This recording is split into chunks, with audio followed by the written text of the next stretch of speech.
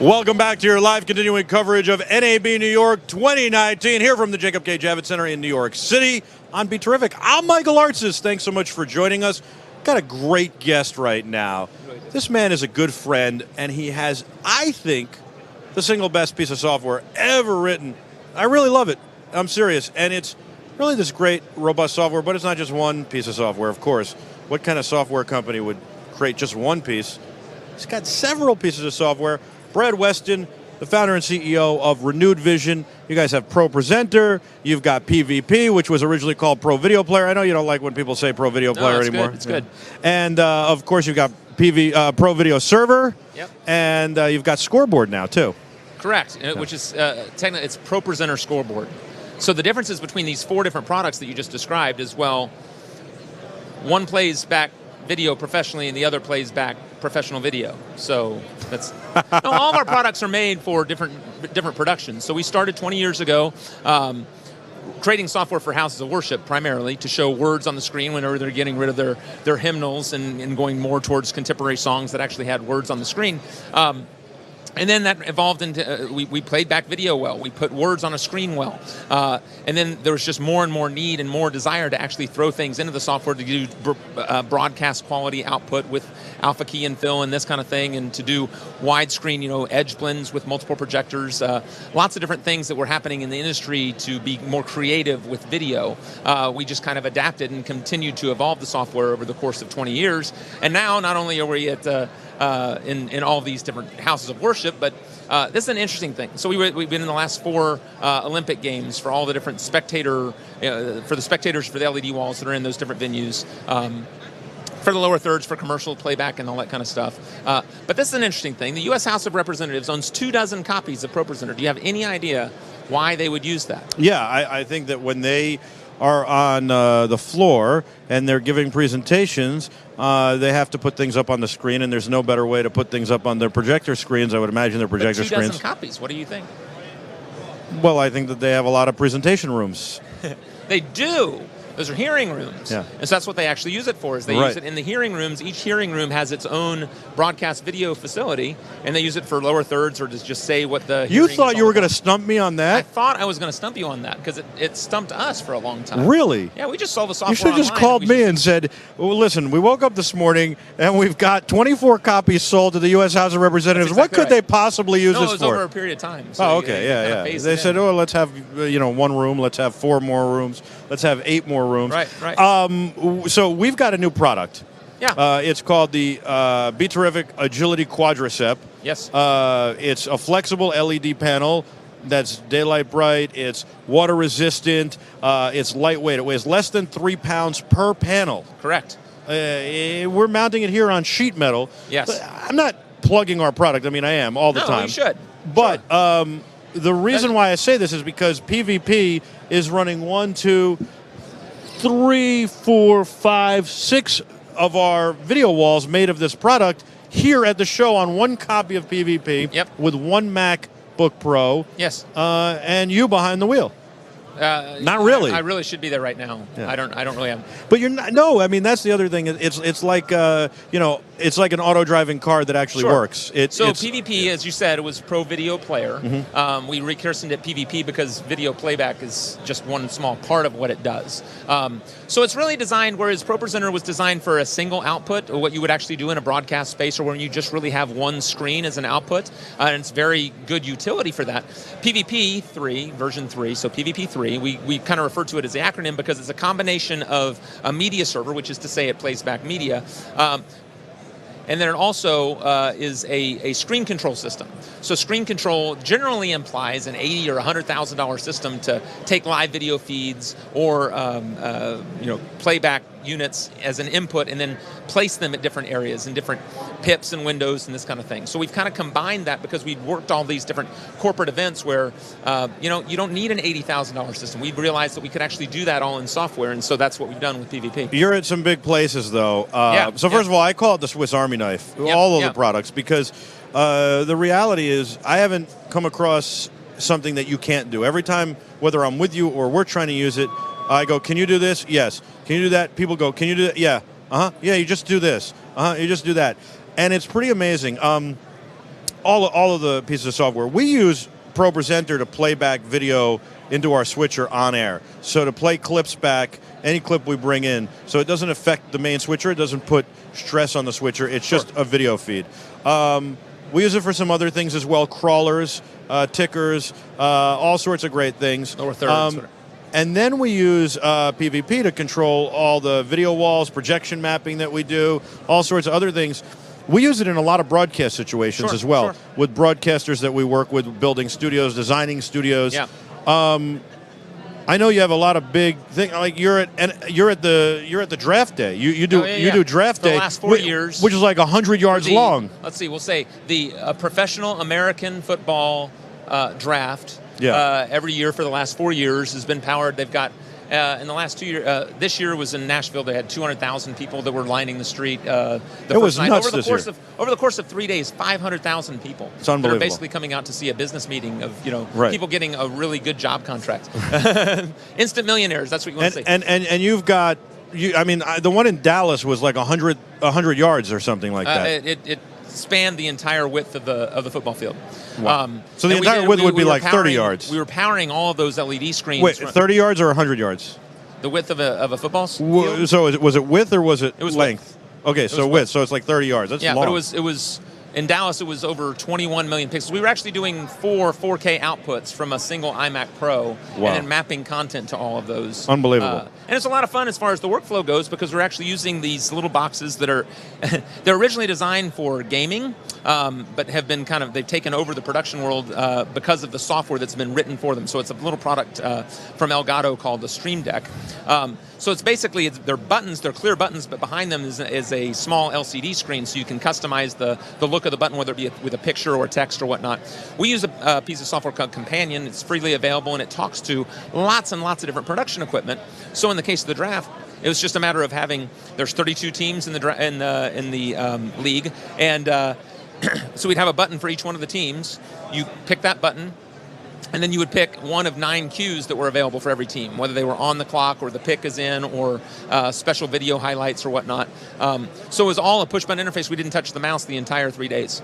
Once everything was set up, you just go for it. So, but it's that kind of so PVP is designed for that kind of creative video display that you would have in a broadcast set or in concert venues where you're trying to do effects and again, not only with pre-produced video content, but also with live video inputs. And now you talked about before that this should be an $80,000 product, or it's assumed to be, but it's not. The software is under $1,000. Yeah. And then you run it on any Mac computer. It can be an Mac Mini. It can be an iMac. It can be iMac Pro. It can be a MacBook Pro or a Mac Pro. One of my proudest projects is one that we actually did with your dad. We installed it in 2006. This interactive video wall in Atlanta. It was in a children's hospital, and there's actually 2 different children's hospitals that's in the lobby of both of these. And it's an interactive video wall that shows underwater footage that was originally shot on IMAX film. So it's really, really high resolution. It's played on this really large video wall, I don't know, probably 30 foot wide. It's 40 feet wide. I just saw 40? it. Oh, okay. Yeah. And but it's interactive, so there's buttons on either side for like mammals or fish or monsters of the deep or whatever. And so these kids that have tremendous stories. I mean, they're just going through hell. A lot of them. They get a break when they go in the lobby. They can just interact with it and just bring some joy. That project was installed in 2006 using a bunch of different Mac Minis, and it's been running now for almost 14 years. It's unbelievable. Straight. It's crazy. I absolutely love all the different software products you have. I think they're very affordable. I think they're very reasonable. And they do a ton of work. It's unbelievable. We use it in broadcast all the time, which is a testament because there can be zero downtime. Everything's mission critical. Everything's live, and it's really tremendous. I was wondering, will you ever bring this to iPad? And I don't know what I really have as the vision for iPad, but would you ever bring it to iPad? It's a good question. There are, every year, they get more and more powerful. The iPad gets more and more powerful. The video capabilities of the iPads get more and more powerful. It's just that the means of interfacing with it, you could basically do a single video output out of an iPad at this point.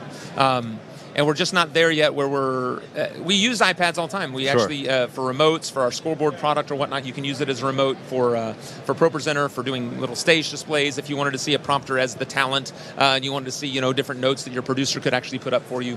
Those are great tools for the iPad. In fact, with our ProPresenter product, we have a telestration function, so you can actually draw on it, and see the live video feed and then draw on it. So there's utilities for that. But as far as actually outputting and doing video on the iPad, it's something that we've talked about. But and again, Apple keeps on adding additional capabilities to the tools that developers like us use. But it's not yet to the point that we would actually want to do a full-blown presentation product with it.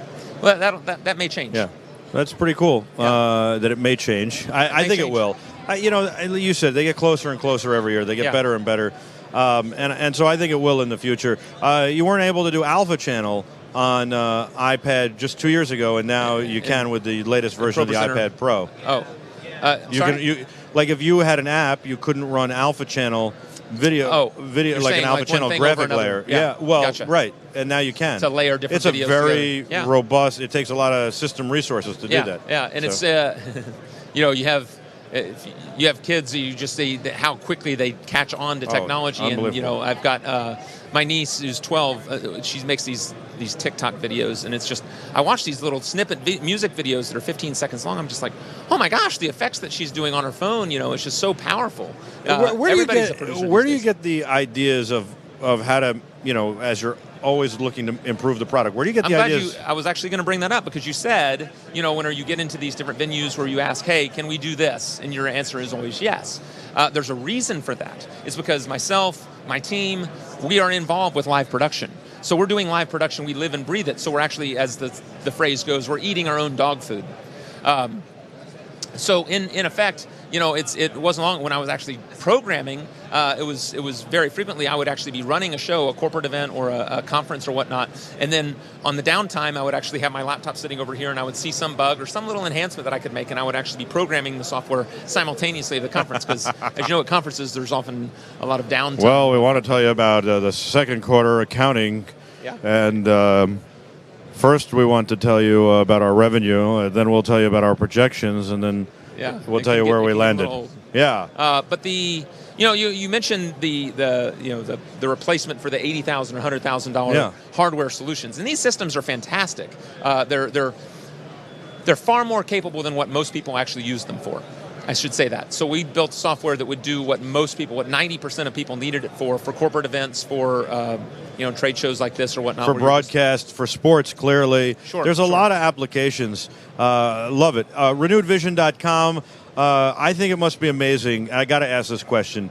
You go to bed, you wake up in the morning, and you go, wow, we sold 10 copies or 100 copies or 5 copies or however many. First of all, what's that like? Don't pay attention so much to the numbers. It's the organizations that are actually using it, because we're constantly just looking at these different oddities that come about. It's like, oh my gosh, this wrestling venue that is in Memphis, Tennessee bought us. What is that? How do they even find out about us? Yeah, exactly. How do they find out about it? What are they doing? And what's it like when you wake up and you're like, BeTerrific bought another 5 copies? Oh yeah.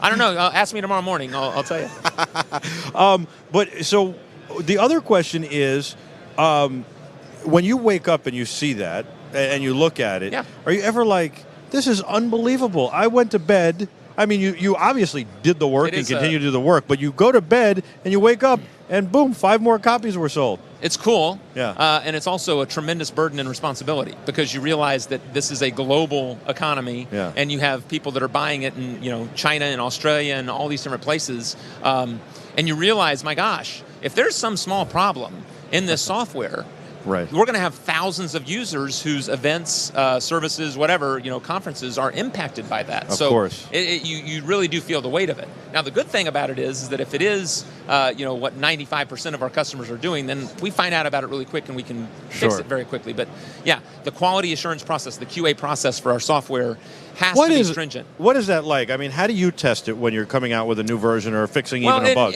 Traditionally, it's been, you have the developers, and the developers are the first level support of the product, which is to say they are the ones that they have to test their own stuff, right?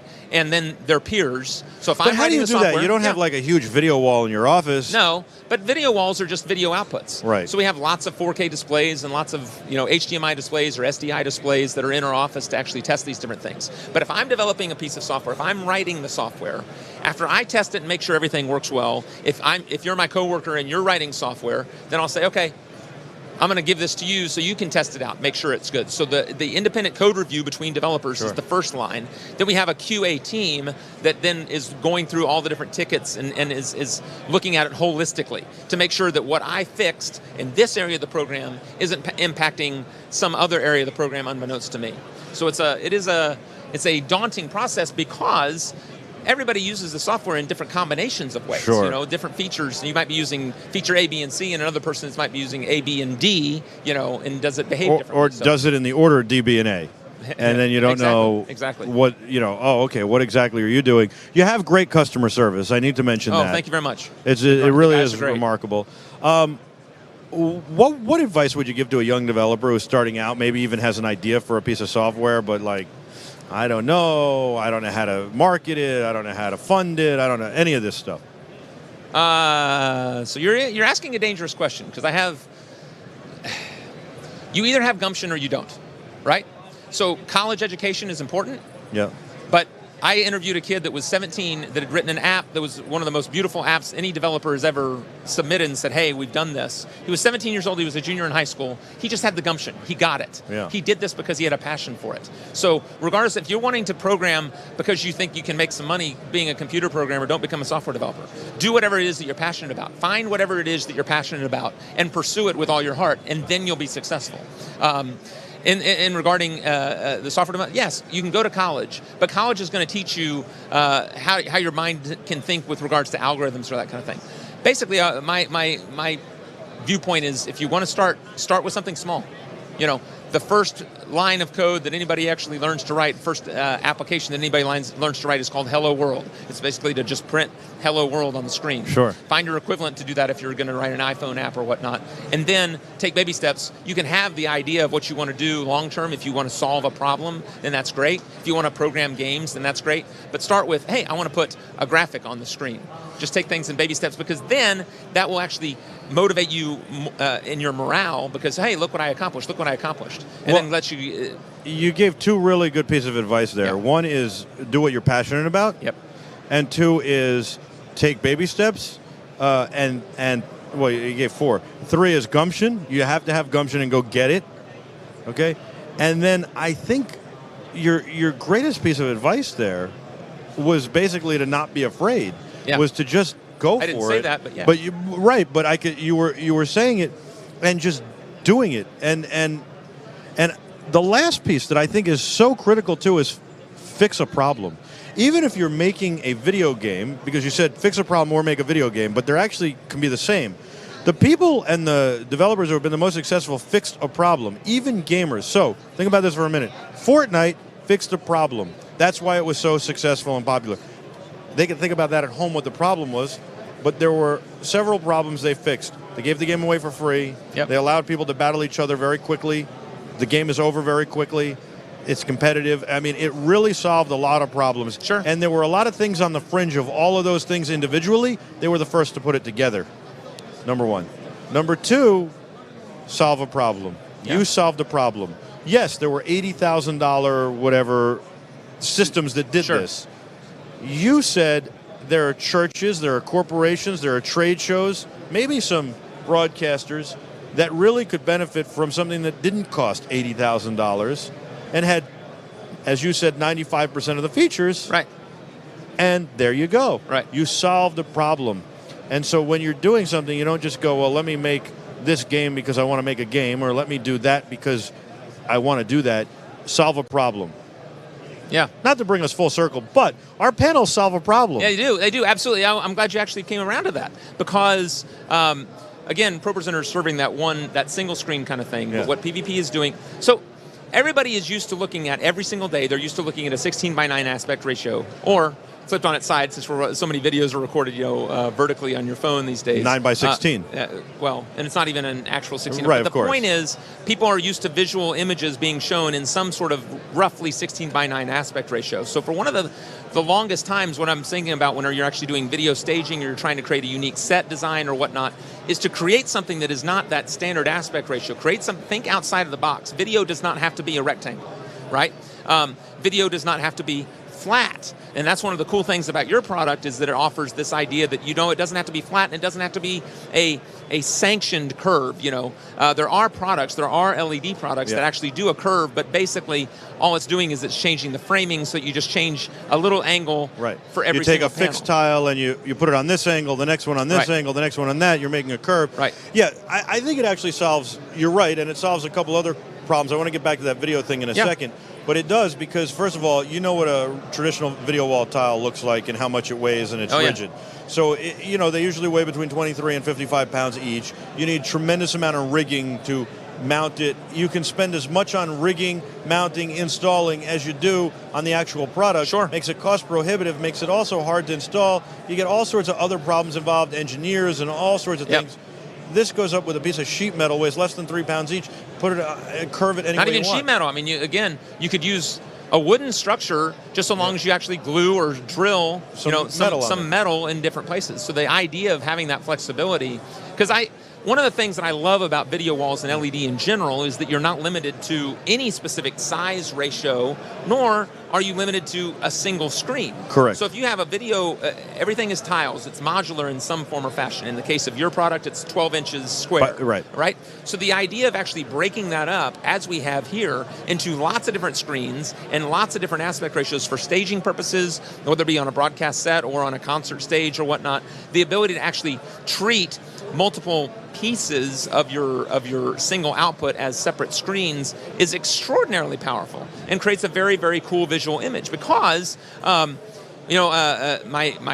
church, they had this video set that had, I don't remember exactly how many different panels they had, but they had 24 different screens, and then they were playing video across it, and it filled up the entire stage. But it was just, there was a lot of dead space in between them. It was basically, the way I put it is that the screens themselves become windows into the content that you're actually seeing behind it. And go ahead. You're just creating a visual display that's compelling using video. So you're creating an experience. I've been hearing this a lot lately and trying to explain it a lot lately. I failed to explain it, but I get it completely. And that is, and I think Instagram is a large part of this, is that people no longer seem to want video in the TV shape and size. It's fine for your TV on your wall, but when you're doing a booth or you're doing architecture or something creative, they want it curved or waved or they want it round or octagon or however you want to do it. They want different shapes. And, it's funny because we talk to a lot of people who don't get that, and they're like, but it's not 16 by 9. You're not making 16 by 9. And I'm like, leave me alone with that. Sure. And PVP makes it really easy. Appreciate that.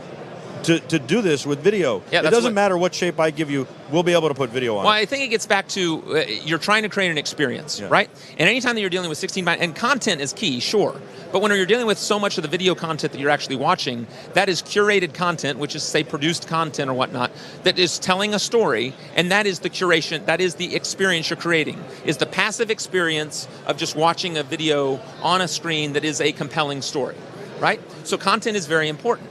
What you're actually doing with other displays, though, is you're creating an immersive experience that is like, it's just delightful when you actually see, just like a piece of art is. People go to museums and look at paintings because they like the way that painting makes them feel, or that particular piece of art. Well, the art doesn't just exist as a video that you're playing back. The art can exist as the medium on which you're playing it back. So using these, I think this is a work of art. You know what I'm saying? You can actually take panels, or you can take projection, any kind of video technology, and make something that is a... And if you think about it that way, and you create the content that way, you have something very special, especially when you have some kind of display that can mimic that. Whether you don't even have to do what I'm not trying to sell our product. I'm saying you can put framing in front of it or do all sorts of things, hide it behind. They do that on television sets all the time. That's why I like the Snap Spectacle so much, because it's a round sensor, and any way you turn the video later, it fills the entire frame, which I think is cool. Brad, if anybody's interested in the software, Yeah. all they have to do is go to renewedvision.com. They can download free demos, or they can purchase it. And there's lots of different purchase options now. You can rent it for a week or two if you have a Sure. corporate event, Sure. or you can buy it outright, or you can buy it for like 6 months or 3 months or something like Sure. that. Renewedvision.com, renewedvision.com. He's Brad Weston, and he is the best. Michael, you're the Terrifics. Thanks so much for joining us. Keep it locked here for all your NAB 2019 continuing coverage. We've got a lot more to come, so stay with us. Don't go anywhere.